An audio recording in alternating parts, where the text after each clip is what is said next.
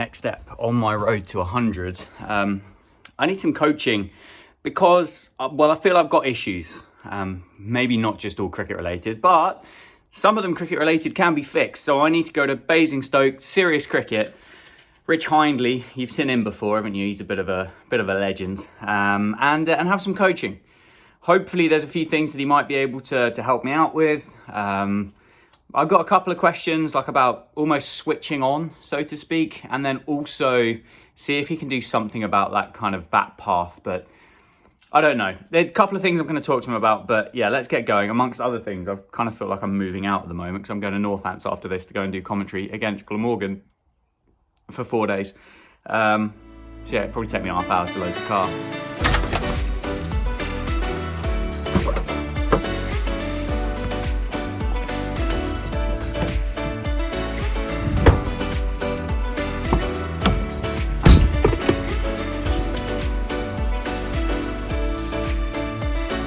Oh, we're here, folks. Serious cricket just outside Basingstoke in Hampshire. If you're on the south coast and, well, when it starts raining again, which it hasn't done for a couple of days, so it won't be far away, and you need a net, consider coming down here. It's pretty awesome. There's 3 net lanes plus an indoor arena, which can kind of show you here, like 1, 2, and 3 different bowling machines. 3 bowling machines available, full kind of decent length run-ups as well. Indoor arena, which they host a load of indoor cricket leagues during the winter too.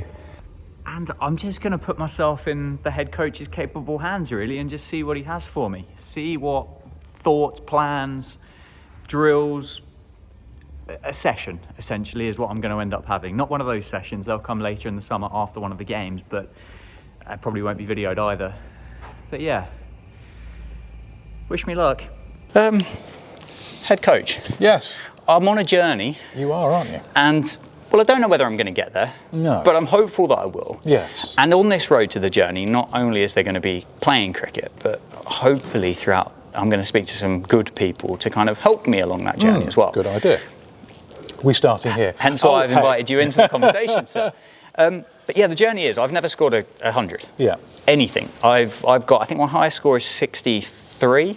And I think I've had a couple of games where you get to 50 and have to retire. So yeah. I've had a couple of those, which, based on the sample size we've got so far, it would be unlikely to think one of those 50 retirements would then turn into 100. So I think I've been quite a long way from it. Yeah.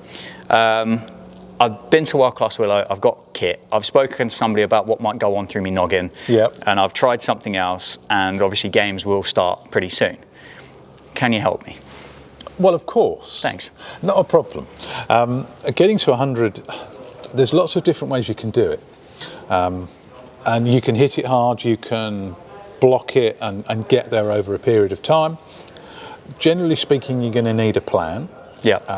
One of the things we need to look at is those first 20 balls to see if we can get you through those first 20 balls, if the ball moves or if there are any obvious areas of weakness that a bowler can get you out, really. Yeah, okay. In short and sweet. Yeah. So we'll have a little look at that first. Then we'll have a little assess of technique and if there's anything else going on post those first 20 balls. Yeah. And then we'll have a look at some plans. Okay. See what we can do from there. That works. Cool. Thanks, mate. No worries. Right, so first 20 balls. First 20 balls. Okay.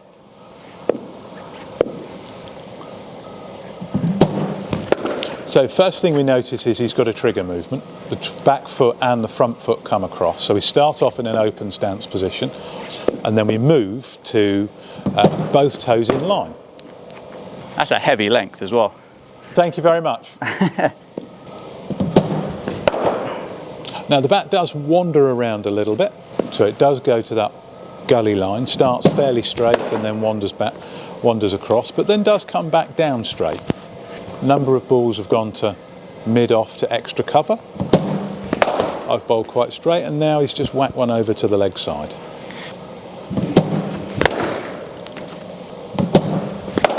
Oh, nicely struck. It's always quite tough. Like that first 20 is quite difficult, I think, because you get 10 over power play in the game. Yes. So there's a battle there, I think, between a risk and reward type thing, which... Yeah, but if you think most games are probably won if you score 220. Yeah, true. And if you let the power play just be Yeah, whatever it chooses to be, it's a good point. you're likely to be okay.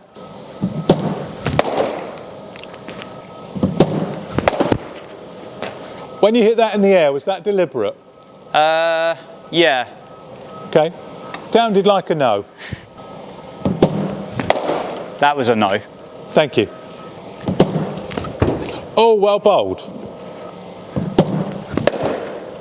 Okay. I think I'm quite happy here. Okay. I feel like we need to do some talking Yeah. and some hitting down there. Okay, let's do it. Let's do it. Oh, we've got chalk. Oh, yeah. We know it's serious. When Well, there's of course, chalk out. yes, exactly. So one of the things we were chatting about up that far end, I didn't tell you too much, No. was open stance to then both toes in line. Yeah. Now, the question was when things play out, what happens? Yeah. So the front foot tends to stay fairly straight. Okay, yeah. We'd need to double check the foot position. Yeah. But it creates a hit across the line. Right, and okay. you could do that better. Yeah. Like we had a couple of balls went in the air. Yeah. And actually you've probably hit an okay shot and you're going, oh, I'm out. Yeah. Yeah. We're quite handsy through the offside. Yeah. And that's not a bad thing. Obviously, you just got to pick and choose your moments. So I think the first thing we would work on is just making sure that if you've got an open stance in your trigger, Yeah. I'm kind of conscious that making big changes is going to be a tricky thing. Okay. And also, we've got to work together for a period of time before I would say, I'd probably like to see you leave that as an open stance. Okay, so trigger open to open, whereas I'm closing myself off. Yes, which is kind of goes against the grain of opening yourself up in the first place. Yeah.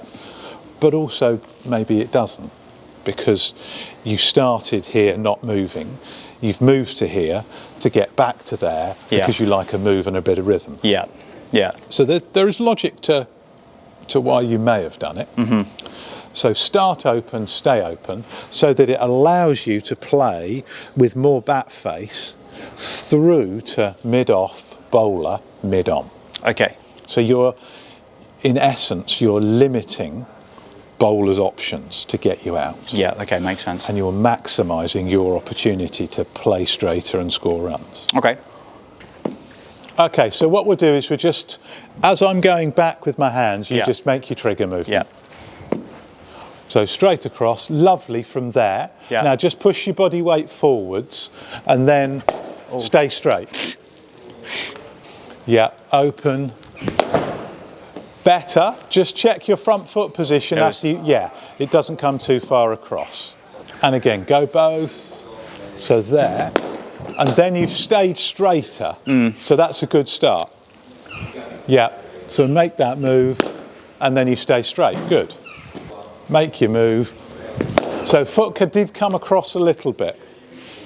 So what we'll do there, not that time, it should have Yeah. done. It's the first time.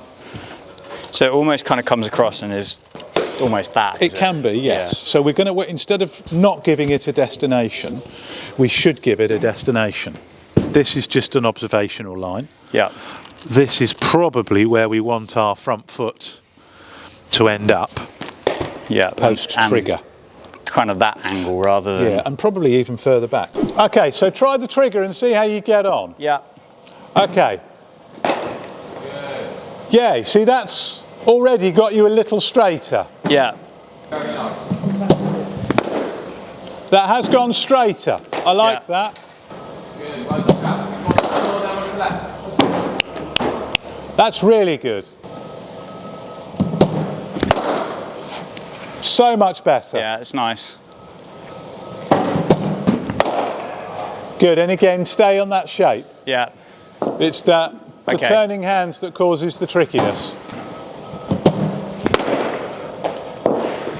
Very good. I'm just going to encourage you to stay there because I'm boring. That's better. That's number 2 you'll be purring at. So those last two actually felt quite nice. That's fine. That's you just getting handsy. Yeah. Make contact a little later. You'll be fine.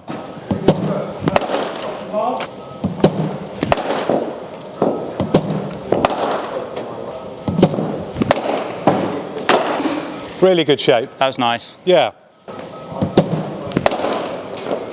Oh, that might be the best of the lot, you know. That was quite nice, that. That was beautiful. Actually felt good. Yeah. Okay, let's collect up. So we should go with, how did that feel? Yes. I can see the benefit. I just think it felt so unnatural and uninstinctive compared to what I obviously have been doing. And then just allowed my hands to figure themselves out and score some runs to some level of success. Yeah. Whereas I think that there is giving me something else to think about, and then suddenly go, oh, there's a ball coming, I've got to play a shot now. But I feel like I'm in a safer space there, if that makes sense. Like, I wasn't fully concentrating on playing a shot, but I didn't just chip a dolly up in the air for the sake of it, like I would have done if I'd have played it autonomously, if that makes sense. It does, yes. I think when you look back at the video, you will see some really nice shots, but you'll see some basics of the foot is out the way, the bat path has got room to come through. You've finished your bat in a place where the ball has gone. Yeah. And they're the good reasons when somebody says to you, oh, you played a good shot there, you could say, well, I did that, and do you know what? It's that, and that. Those building blocks. That's why it was a good shot. So even there, that is a much better place to be playing that shot from. Yeah. So you had gone straighter, even though you've turned it and not quite stayed full face. Yeah. Because you were in that shape, it allowed you to hit it. Yeah.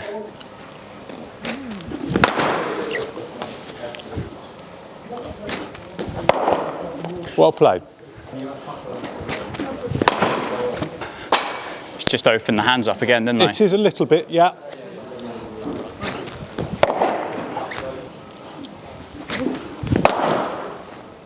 Still quite a handsy finish, wasn't it? It was. I think we should just come up here and we'll hit that way. We've had a little look at this on camera. Yeah. And what have you noticed about that front foot coming? It's definitely more open than what it was. Yeah. But it still isn't perfect, if that makes sense. No, we haven't quite found that right position yet. No. We've gone a little bit too far across, as we've just seen. And it's the ability to be across and just lean forwards so that we can go forwards or go across to the ball outside off. Yeah. And that's just the next little step towards sort of getting there. So I'm just going to throw some in the air, just going to get you to do that way. That way, yep. So swing your hands back, push straight through, bosh, as you've come slightly across your body. Yeah.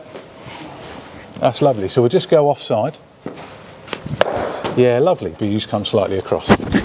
So the whole aim of this journey is get in a better position, and when we're hitting it, to hit it where we want the ball to go more often, giving ourselves the chance to bat for longer. Yeah. Yes. Okay. Oh, right. Trigger, hand movement. There's a lot to remember here. Oh, now that was better with the bat face.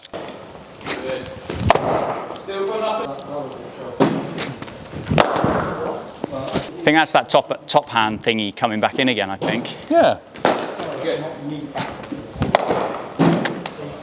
Do you know what though? Like, I think normally I would have just gone. Yes. So although I'm frustrated, probably a bit better than what it would have been normally. I wholeheartedly agree. Yeah. Oh, now that's a better shape through contact. Yeah. So straight away we found a better spot. I felt like my body weight moved better with that one. Yeah.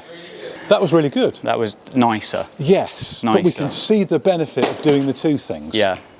Yeah, for sure. For sure. I do think, and I'm not coming up with excuses, but I do think it's hard for anybody that picks this sport up later. Yeah. That is quite hard because you lose that kind of. There's probably a really technical term for this, but you just pick stuff up easier, don't you, when you're a kid? Of course you do, yeah. So I think that's where it does become... Neuroplasticity. I told you there was a word for it. There is a word for it, yes. I told you there was. Because I think then as an adult, you're then trying to take away from your instincts. Yeah. But I guess when you're a kid, you don't have instincts. No. So, yeah. That's good. Okay. So from that perspective, we've now got ourselves to a technical position. Yeah. But that's taken us longer than we thought it would do. Yes. Yeah, quite a bit longer than what we thought it would, to be fair. Yeah, exactly. Yeah. But sometimes that's the way, and most often, that's the way coaching journeys go. Mm.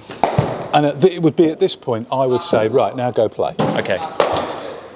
Let's see what happens. Yeah, okay. And then come back and let's talk about plans, how you're going to get through it. Yeah. First 30 balls, what are you going to do? Just bat.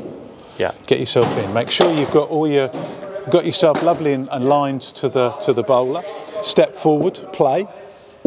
Outside of off stump, you're going to leave because you've got a plan. Yeah. You're going to think about batting 40 overs, and if you bat 40 overs, you will score 100. You will score some runs, yeah. Yes. Yeah. Yeah. Because that's your plan and that's your journey. Yeah, that makes sense. Keep practicing that. Yeah. Practice your little lean forwards. Yeah. And then just practice after post trigger going to the ball.